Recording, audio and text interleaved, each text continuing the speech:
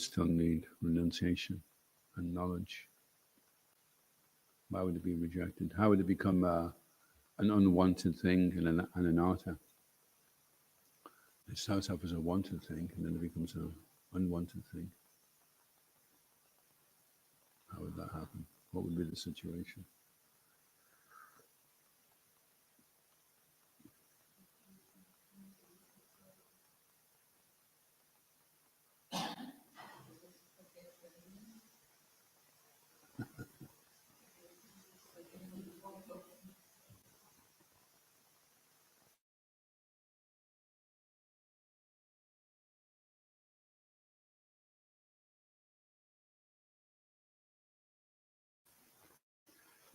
It says,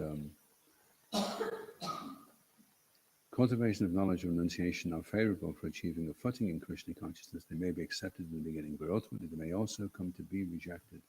For devotional service is dependent on nothing other than the sentiment or desire for such service. It requires nothing more than sincerity. So, what would be? How would one come to the point of through knowledge and renunciation becoming insincere?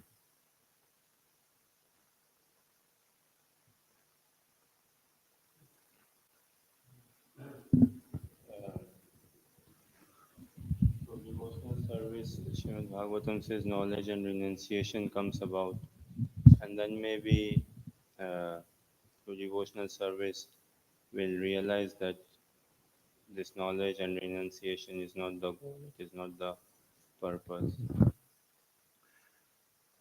Yeah.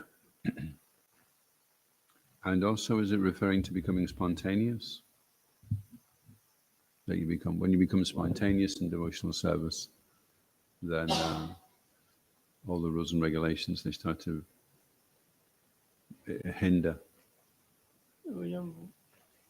One thought came, don't know if it really stacks up, but like Mother Yashoda, Krishna showed him her universal form and so many things, but she never considered, okay, she like, okay, some illusion, or maybe I didn't sleep well or something.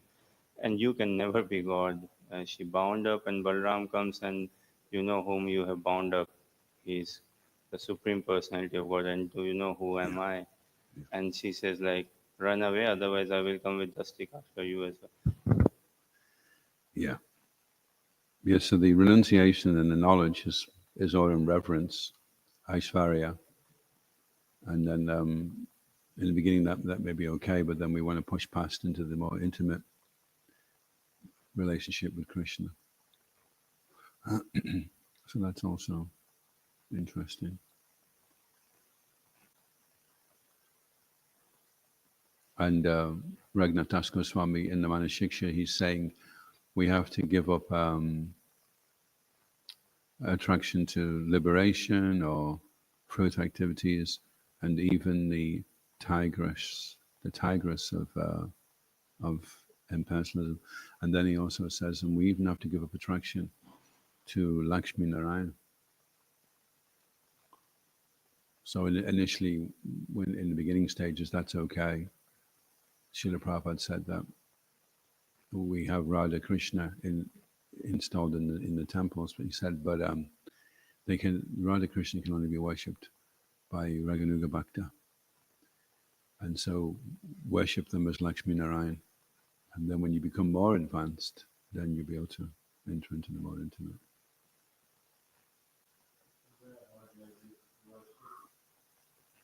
In the mode of Lakshmi Narayan, very opulent and all, because this is for preaching purpose. Like Prabhupada wanted in Vrindavan, many Brahmanas and others come, and other Indians say. So he wanted to see, look, you have such top class standard of deity worship and all. And this is to attract, and like he wanted in Vrindavan and other temples, there's a Bhagavad Vidhi, Pancharatrika Vidhi going simultaneously. So deity worship happening and Srimad Bhagavatam class happening. Yeah. So both happening simultaneously and complementing each other. But devotees practicing Krishna consciousness, they need not do the deity worship in Aishwarya Bhav. They should worship in more in Madhurya Bhav and that relationship building towards the deities. Yeah, Prabhupada said initially, anyway, that we should worship as Lakshmi Narayan. So as we become more advanced, so if we were to prematurely give up knowledge and renunciation, then that would be an unwanted thing. But the mature understanding, like Ananda's saying, is to see that renunciation and knowledge is not the goal. And so some devotees, they may learn lots of verses and they know lots of things and they're very renounced and they're fasting all the time. And then what comes then is abhiman, some pride. Some pride comes there. And it actually starts to create a prestige, which then can lead to being offensive to devotees. So then it becomes an unwanted thing. There's the opinion of expert devotees that mental speculation and the artificial austerities of yoga practice. Oh, so he's qualifying now. What he means. Speculation and artificial austerities. So this type of renunciation and this type of knowledge based on mental speculation and austerities, it may be favorable for becoming liberated from material contamination, but they will also make one's heart harder and harder. They will not help at all in the progress of devotional service.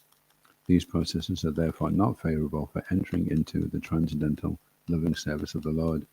Actually, Krishna consciousness devotional service itself is the only way of advancing in devotional life. Devotional service is absolute as both the cause and the effect. The Supreme Personality of Godhead is the cause and effect of all that be, and to approach Him, the Absolute, the process of devotional service, which is also absolute, has to be adopted. Shishikoritai, my Poshashiki, God. Okay, so that was, Srila Prabhupada really clarifies it now. It's the artificial austerities and the mental speculation. So we want to become liberated, but they make the heart harder and harder.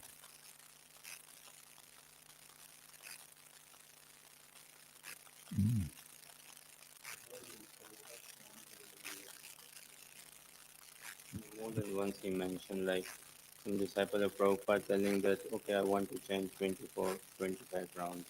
I want to chant 32 rounds. I want to chant 64 rounds. And Prabhupada sanctioned and all, but then Prabhupada said, what is this? I want to do this. I want to do this. I want to do this. And this is not devotional service. Please follow the instructions. Prabhupada said, as soon as you say I want, then it's sense gratification. Yeah, I was chanting this morning and the thought suddenly occurred to me because we were doing a Japa Sangha the other day, which you're all very welcome to attend, between 7 and 8 on Thursday. And the point came up that somebody said that Ayendra Prabhu used to chant 3-minute rounds. That's why he was able to chant 108 rounds a day. So to chant a 3-minute round means you have to chant the mantra in 1 second. You have to say the full mantra in 1 second. You're going to do a 3-minute round. Think you can do that, Chainanda? In 1 second.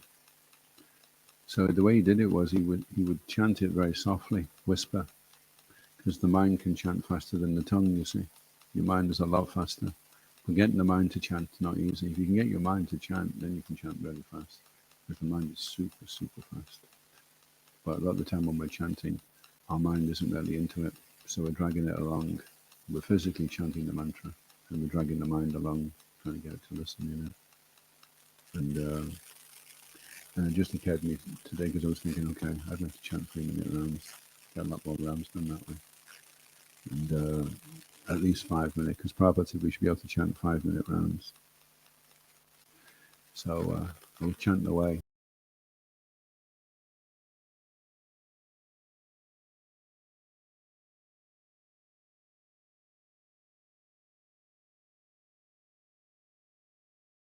Going around 12, 13, 14. You start getting into it, that's when you should keep chanting. You can consider the other rounds warm-up rounds. And then it just occurred to me, oh, actually, I'm supposed to be doing this for Krishna's pleasure. I wonder if he's enjoying this, you know. It's not much fun for me. I've been trying to chant, thinking this is going to be for my pleasure. I'll chant very quick. I'll get so many rounds done. And then I can do so many things. So it has to be for Krishna's pleasure. So we can do knowledge and we can do renunciation, but are we doing it for Krishna's pleasure? And if we're not, then our heart will become hard, and then it will become an impediment in devotional service. So niyamagraha means a person, he rejects rules and regulations whimsically, or he follows rules and regulations fanatically.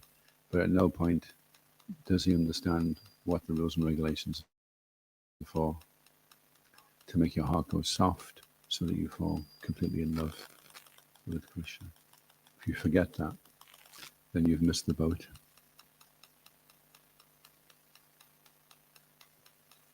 So we're going to do a talk, I've been asked, on Sunday about Namhata. And I'd like to try and bring all the members of the Scottish Yatra to unify, that we get together as a Sangha. And if we want to really be an effective Namhata, then everybody has to be chanting the holy name purely, free from offense. Otherwise we're going nowhere. We're all wasting our time. So I want to try and encourage that, because Namhata should also mean Sankirtan, but Sankirtan can only take place if Shuddhanam is there, then there's the potency. And then people are attracted when you go out and you approach people. If you've been chanting Shuddhanam, people will be attracted by the sound vibration of your voice. And they'll think, this is my friend, I trust him, I want to do whatever he asks. It should be what happens. So we're on text 32. And it's two texts Ishan was saying, because they're very short. So I'll run through the first one, and then the second one we can go through it.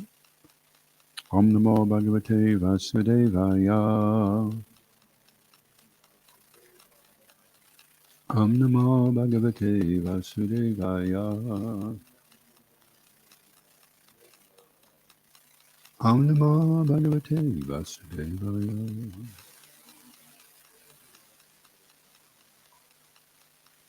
We're reading from the 7th canto, and it's chapter 11, entitled The Perfect Society for Social Classes. And I'll go text 32 and then text 33. Vichasvabhava kritaya vatmana svakamakrit hitva svabhava jam kama sanya nirgunatmanam iyat. If one acts in his profession according to his position in the modes of nature, and gradually gives up these activities, he attains the Nishkama stage. Prabhupada Srila Prabhupada Ki Jai. If one gradually gives up his hereditary customs and duties and tries to serve the Supreme Personality of Godhead in his natural position, he is gradually able to become free from these activities, and he attains the stage of Nishkama, freedom from material desires. And then the next one is text 34. Oh yeah, it's 33 and 34 put together. So it's a long one. So maybe what we can do is we'll just do the first one. Opyamanam muhu kshetram. Opyamanam muhu kshetram. Swayam niveyatam iyat. Swayam niveyatam iyat. Na kalpate puna suchai. Na kalpate puna suchai. Uptam bijam cha nashati. Uptam bijam cha nashati. Opyamanam muhu kshetram. Swayam nevayatam iyat. Nakapate puna suchai. Optam bijam chanashyati. Opyamanam muhu kshetram. Swayam nevayatam iyat. Nakapate puna suchai. Optam bijam chanashyati.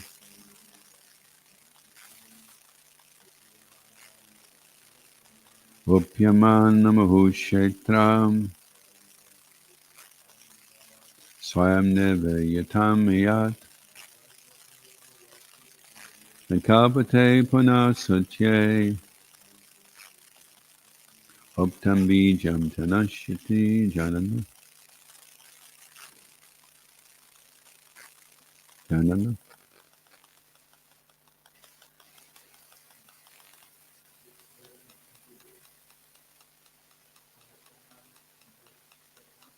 opyamanamahu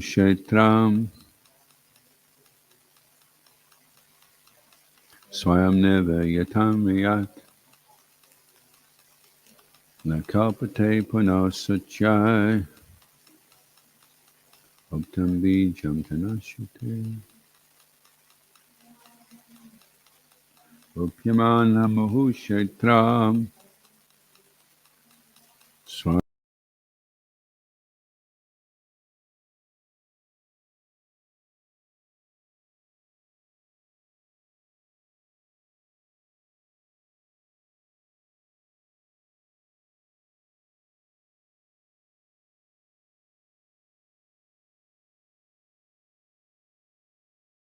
Nivat Kama Bindu by word for word. Upyamanam being cultivated. Mohu again and again. Kshetram a field. Swayam itself. Niveyatam barrenness. Iyat may obtain. Na kalpate is not suitable. Puna again. Suchai for growing further harvests. Uptam sown. Bijam the seed. Cha and Nashati is spoiled. Evam in this way. Kama ashayam full of lusty desires. Chitam the core of the heart. Kamanam of the desirable objects. Atisevaya by enjoyment over and over again. Virajeta may become detached.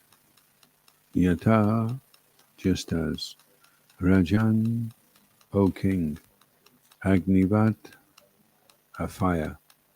Kamabindubi by small drops of clarified butter. My dear king, if an agricultural field is cultivated again and again, the power of its production decreases, and whatever seeds are sown there are lost, just as drops of ghee on a fire never extinguish the fire, but a flood of ghee will. Similarly, overindulgence in lusty desires mitigates such desires entirely. Okay. I thought that was Rajneesh's philosophy.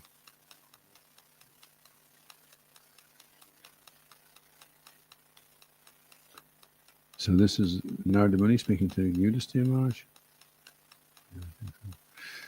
Okay. Prabhupada Srila Prabhupada Ki Jai. If one continuously sprinkles drops of ghee on a fire, the fire will not be extinguished. But if one suddenly puts a lump of ghee on a fire, the fire may possibly be extinguished entirely.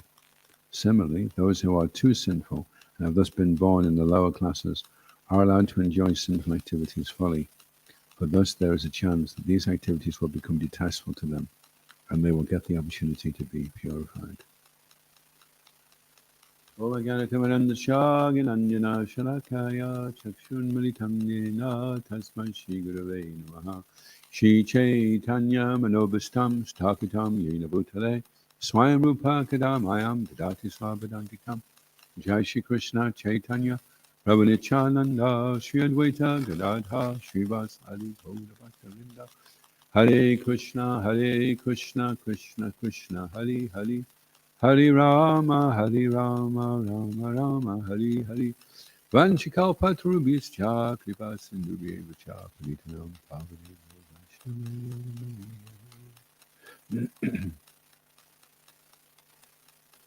So it says there is a chance in the actual text. It says it, but for a definite, it says the fire, a flood of ghee will similarly mitigate such desires entirely.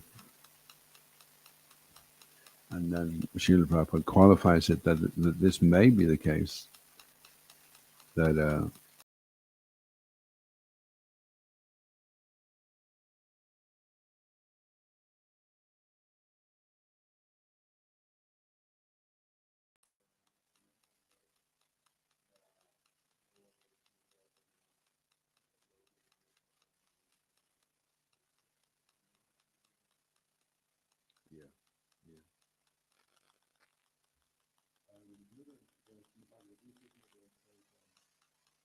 wise man does not discourage somebody so they're engaged in their activities. The wise man he doesn't chastise them heavily, or he's just there waiting for the process to take place, that he encourages them to engage in acts of devotion, and then slowly they'll come to the conclusion themselves. The material world is designed so that everyone gets to the point eventually of material fatigue.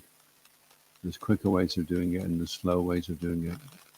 But however way you want to do it, even if you want to do it by performing sinful activity, going to the hellish planets, being punished, coming back in the body of an animal, and then eventually getting a human form, and then you kind of subconsciously are thinking, maybe sinful activity isn't such a good idea. So that's the slow way of doing it. And if you're still here in Kali Yuga, then you're really doing it the slow way.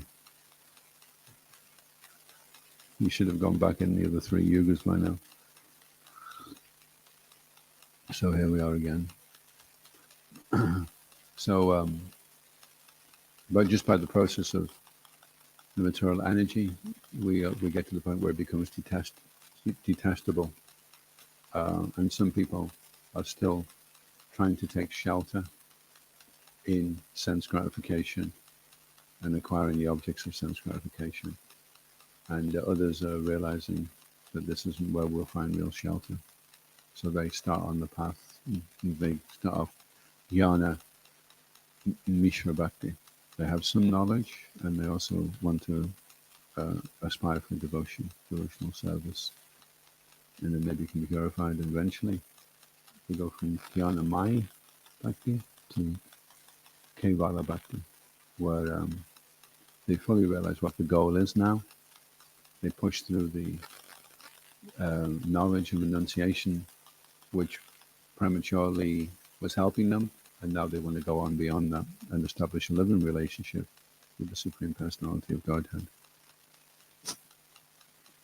So like Ananda Prabhu was making the point, this is Varnashram, and so there will be a section of society that will be allowed to indulge in activities like illicit sex, meat eating, intoxication, gambling. Actually, Srila Prabhupada, he put forward a manifesto of how to structure society with Varnashram.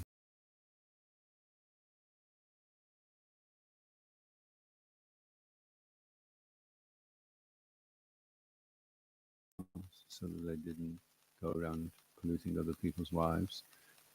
There was facility for eating meat, but not in public, and also for taking intoxication. So these things weren't being advertised and promoted as clever things to be doing, but they were allowed there as a concession. And everyone in society knew that people they're indulged in them. It wasn't the best thing to do, but it was facilitated. So today, in today's society, these activities are glorified. People that overindulge in these activities are put on a pedestal, and people think that they should be worshipped. So that has to be changed, and the Varnashram system can eventually be established. The values can be there, and at the same time concessions can be there also to accommodate people that are heavily affected by the modes of nature. But you can imagine in that type of social structure, it would be much easier for people to eventually renounce these activities over a period of time, you know. Whereas right now there's no rhyme or reason. It's just economic gain. We promote these activities because we can exploit people. We exploit the animals.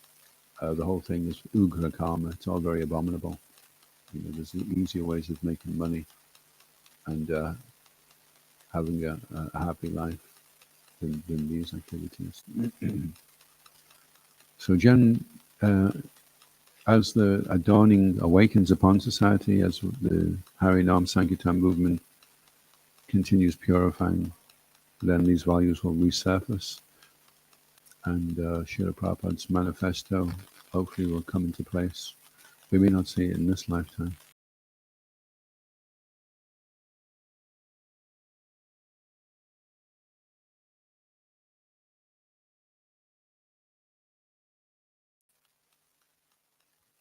Yari Dikhi Hari Kaha Krishna Upadesh Amara Agaya Guru Hana Tara Adesh.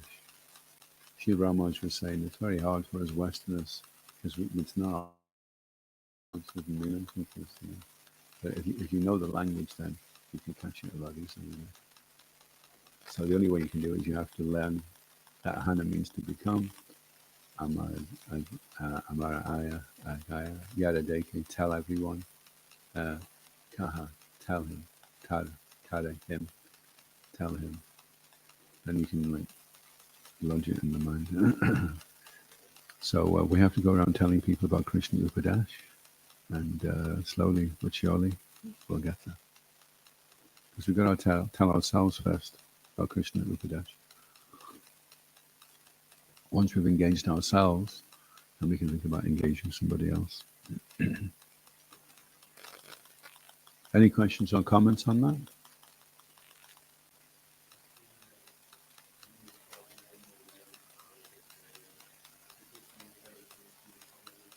In city center and big churches, not the small ones and all, and houses. But don't know if there were so many pubs like 100, 200 years back. But now city center full of restaurants and pubs.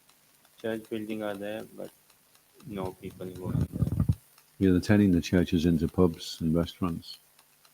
In Aberdeen, practically every big church has been turned into a pub. There's one called Sam's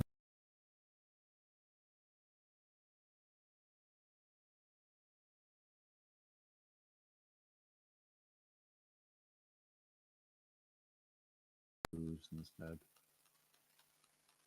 So it's kind of like, okay, God was there, but we want to push God out now, and we'll just take our chances and try and lead a meaningless existence, and just try and make a load of money, and maybe that'll work. The whole thing's a speculation, you know, and it's not working.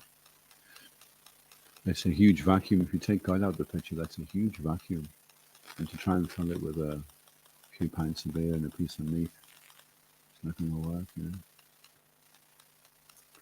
You've got to be pretty daft to think you're going to be able to fill the gap with that. But at least if we can flood society with knowledge, then people at least can have a choice. Right now, they know it's not working, but they don't see any other option other than that. So we have to create options for people so that they can see things. And also, what's wonderful about book distribution is people are kind of ruminating on these things themselves. And then when they put it forward, well, I'm conjecturing this and I'm conjecturing that, we can say, absolutely, that is so right. Yeah? And then they get validation, and then that encourages them. And maybe that encouragement will then keep them going for the rest of their life, pursuing those values which they intuitively feel are correct, you know, so it gets confirmed. And then that will affect other people that they come in contact with as well. And then if they read the book, then and they commit to the process, then swasti aina, then they start an auspicious journey out of the material world. So when we engage somebody in devotional service, it's the beginning of the end.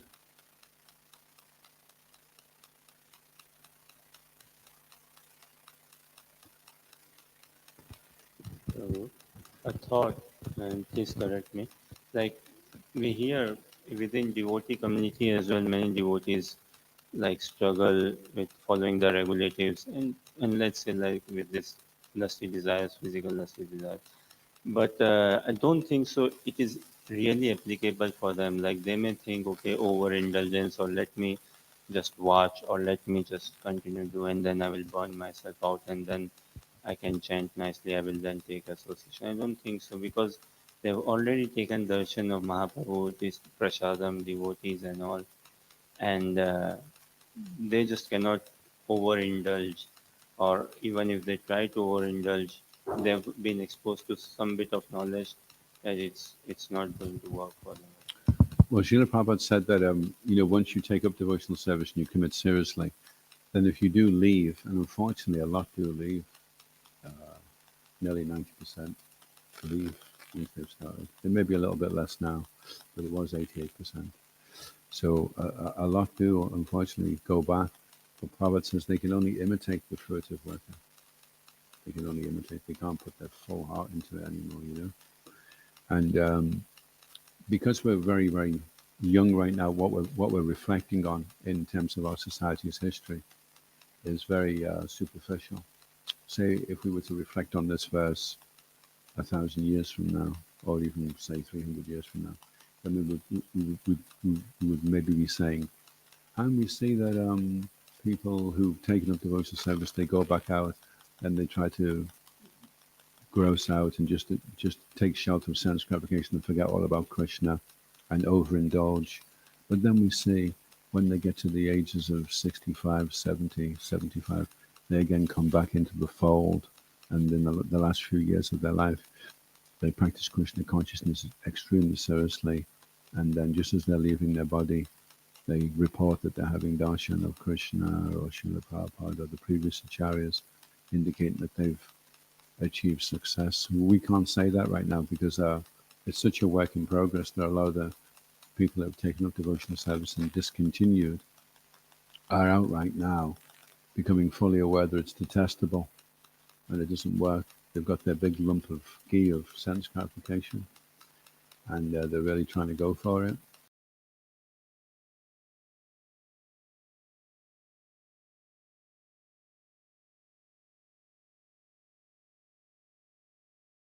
In those last few years of their life, they take up Krishna consciousness very seriously, like Ajamil. Because Ajamil, it wasn't that because Ajamil called out Narayan and saw the Vishnu Dutas, that was it, game over. That was the beginning. Then he had to practice devotional service. And because he was fully aware, those last few years of his life, and there couldn't have been many because he was already 88, maybe 5 years before he left his body, 10 years. It was very, very high quality devotional service he was performing, because everything was so intense. He was going to be dying at any moment. He'd just seen the Yamadutas. He became fully aware of how wretched he'd been. He was full of remorse, and he was completely exhausted. Everything, every last ounce of lust had been.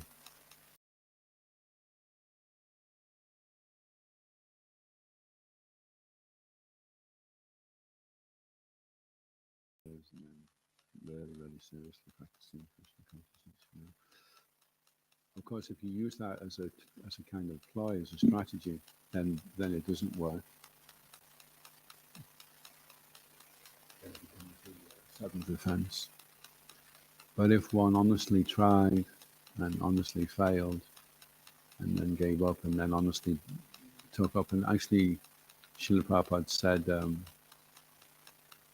that it's only considered accidental, because they were saying, well, what is accidental, Prabhupada? Because some of these devotees that have left have done it in a premeditated way. And he said, if they come back, then it was accidental. Which is amazing. It's an amazing way of looking at it, Even if you did plan it, you obviously couldn't have planned it because you weren't planning that you were going to become disgusted with it. and then you do become disgusted with it, and then you come back, so then it can be considered accidental. Shishikoi Nitai, Maya Shashiki Jai. Which is nice. It's very hopeful, and we don't have to be critical or offensive of any devotee who's maybe been in a very high position and then he's going through some difficulty.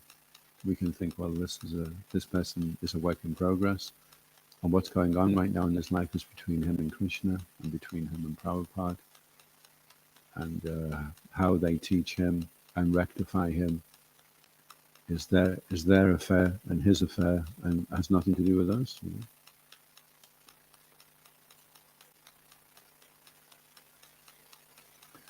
And Shiv Ramos was just making a point in one of the classes he was giving on Manasa Shiksha, was that if you are only 50% perfected in this lifetime, but you've given your entire life to Krishna consciousness, followed the 4 regular principles, 16 rounds, and cooperated in assisting, spreading the Sankirtan movement, then at the time of death, he said you can call the shots. Meaning that if you want to enjoy in the heavenly planets, then you can go there. If you want to go and take birth in a family of transcendentalists, you can go there. If you want to go to a planet where Krishna's performing his pastimes, you can go there. Because by Prabhupada's mercy and Lord Chaitanya's mercy, you've earned this special privilege. If you've got some silly material desires still to fulfill, okay, fulfill them and then extinguish them.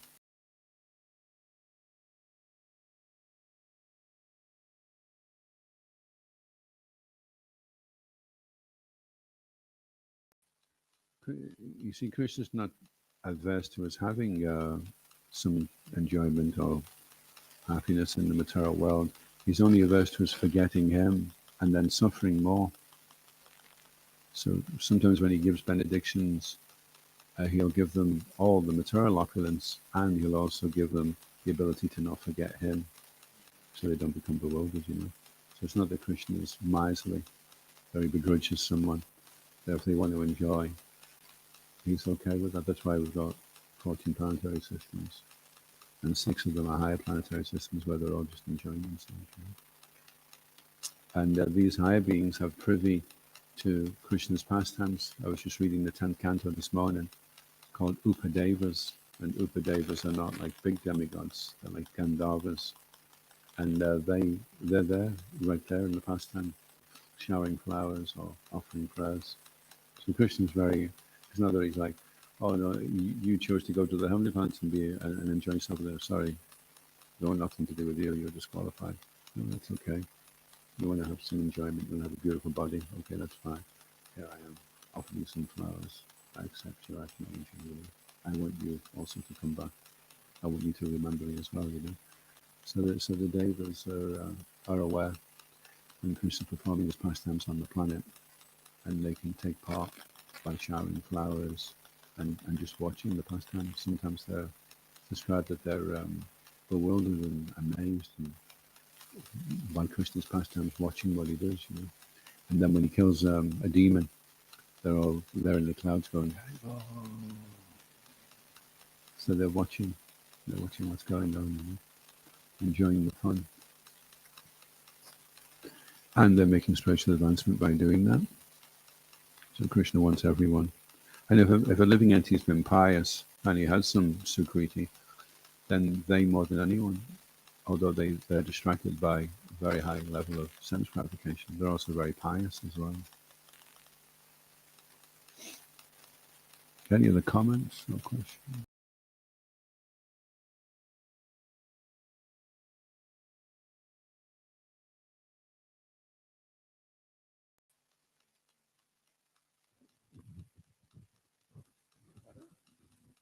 Unless you have some knowledge of the Abhidaya and some bandra of chanting, you're just going to stay in Namaparad. So my question is an understanding of the book Japa Meditation by Mahatma enough to give you some bandha every day about chanting? Well, it shouldn't be limited. It should be there should be so many things that we look at. Like we've been doing this chapter sangha, and we've covered so many points. We could have said, okay, that's all the points covered. I'll just leave everyone to chant now, because it's a continual process of revelation that's taking place, and we have to check by having the sangha and by the association of the devotees. We can check. Well, I think I've got the sambandha, and I think I'm applying it. I'm doing the abhidaya, but I don't seem to be getting the prayojana. And then somebody can say, well, that's because you're doing it wrong. That's because you've misunderstood the sambandha, and that's why your abhidaya is not so good, because you're misapplying something. You haven't got the initial equation correct in the first place.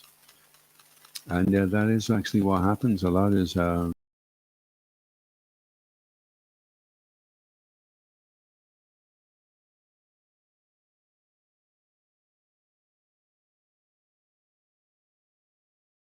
something else.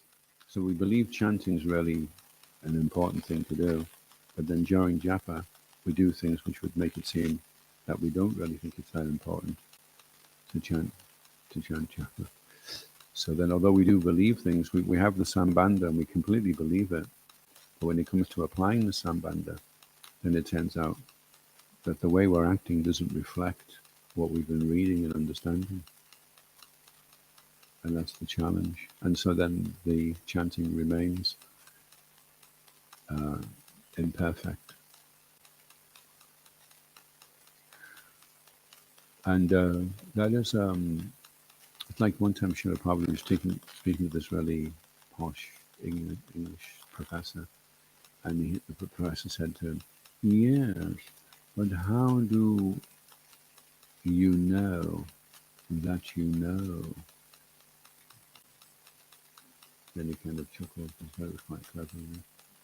How do you know that you know? But it is a good question. How do you know that you know?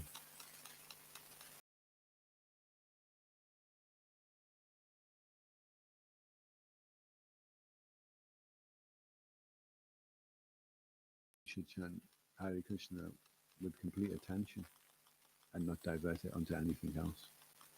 But we don't. So we may not actually understand it. And so we have to understand that we don't understand something, because then we can try and find the knowledge and get the instruction to get to the point where we can. Like Krishna says, one who knows this perfectly worships me with all their hearts.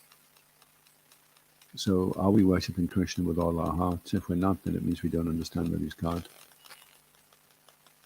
At least not perfectly anyway. That's what should come. So the same with chanting. Are you chanting with all your heart? Are you chanting with every fiber of your consciousness? Or are you just feeling tired and trying to get a sleep in? Whatever you can, because you can't really be bothered doing it because it's so boring. You know? And then you could video yourself during japa and then look at your video and think, does this reflect a person who's fully understood the importance of the holy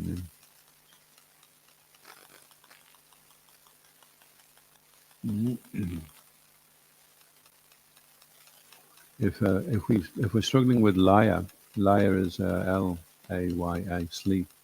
If we're struggling with sleep when we're chanting, then that's like one of the very, very basic things to get free from, just being sleepy.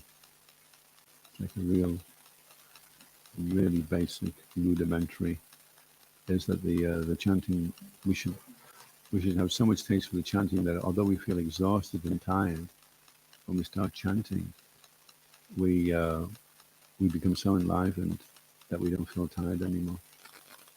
But usually what happens is we feel tired and enlivened, and when we start chanting, we start feeling really exhausted. So that's a sign that we don't have a taste for chanting. First beginning taste of chanting is that you're lifted up from the influence of the lower modes of nature, and sleepiness tiredness, these things, then we transcend and become free from them.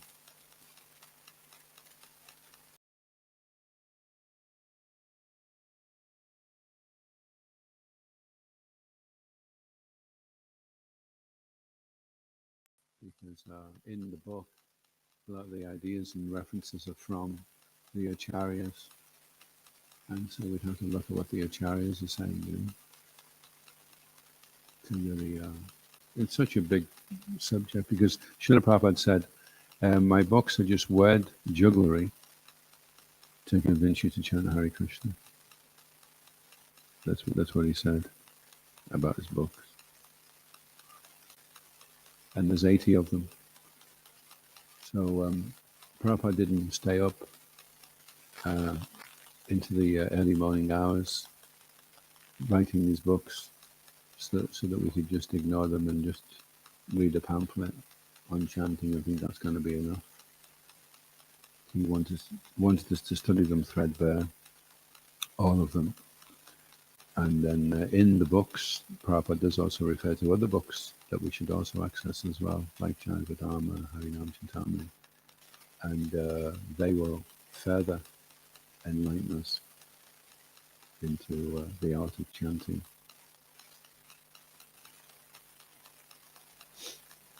It's a big subject, chanting the holy name. And then chanting spontaneously is where you're the holy name. You're not chanting the holy name anymore. The holy name is chanting you. The holy name becomes so alive, so present, so manifest that we lose our sense of being the doer, and the holy name becomes the doer. The holy name is dancing on our tongue. Tande tanda vaniva tendi tanite tanda valiya de kana koda ketambani ketayate kana punam peace kana padaya spriha chita prangana sangama vijayate savendriyanam kritam najane janita amritai Kiyadi Amritai Krishna Devana Dvai. I do not know how much nectar the two syllables Krishna. Here's a question for everybody then on the holy name. Why, when Rupa Goswami is glorifying the holy name, does he say, I do not know how much nectar the two syllables Krishna?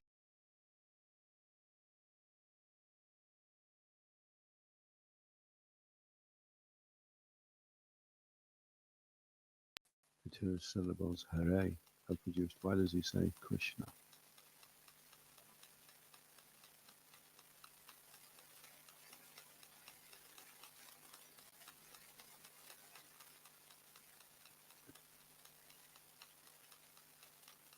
No, not the end process. Why does he say the two syllables Krishna? Why doesn't he say the two syllables Hare?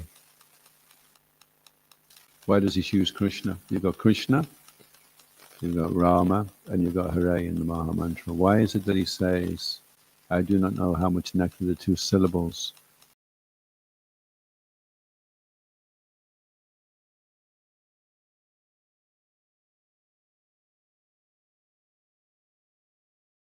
He doesn't know the measurement, Amritai, of how much nectar is in Krishna Vanadvai, in those two syllables of Krishna. He does not know how much nectar.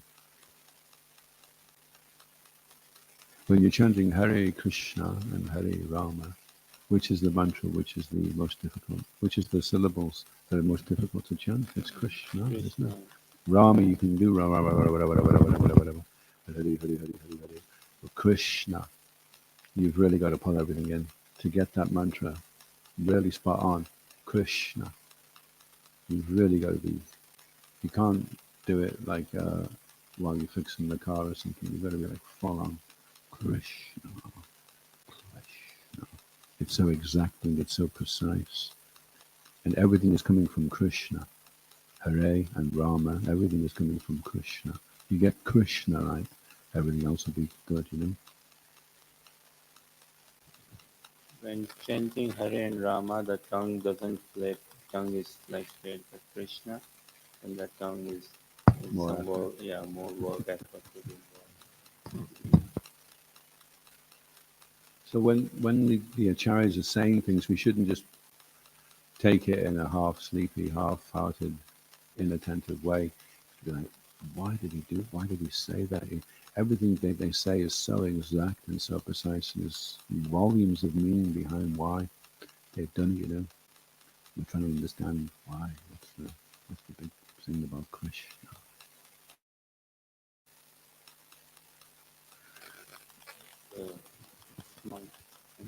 And Chaitanya Charitamrita Krishnadas Kaviraj Goswami Mahaprabhu says that Siddhanta Baliya Chitna Kariyalas Kiya Hote Lage Sudriga Manas. That we should not be like lazy, inattentive, or in understanding the principles of devotional service of Krishna consciousness. Especially we are wanting to be preachers and wanting to preach and all. And it's only when we get this tattvas or the siddhant clear, then we will find our attraction in Krishna and wholesomeness. Yeah.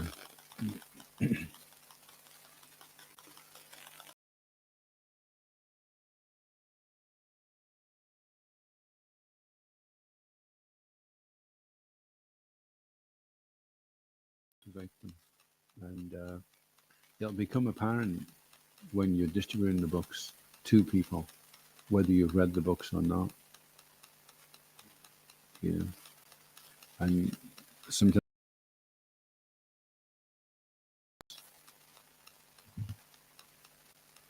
not your phone. That Prabhupada said, "What's the point? We can double the books and triple the books and give out millions of books, but if you don't understand."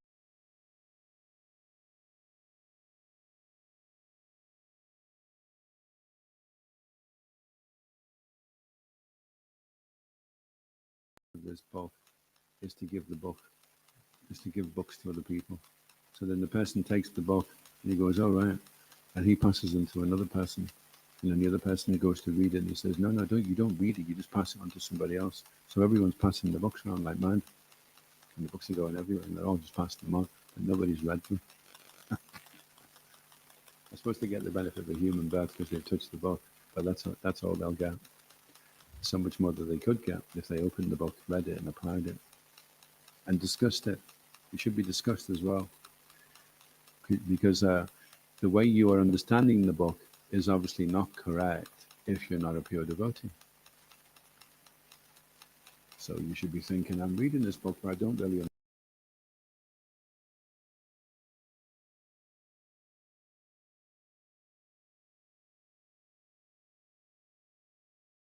If you were just dropped off on an island with Prabhupada's books, and that was it, you never saw any devotees, you wouldn't get very far.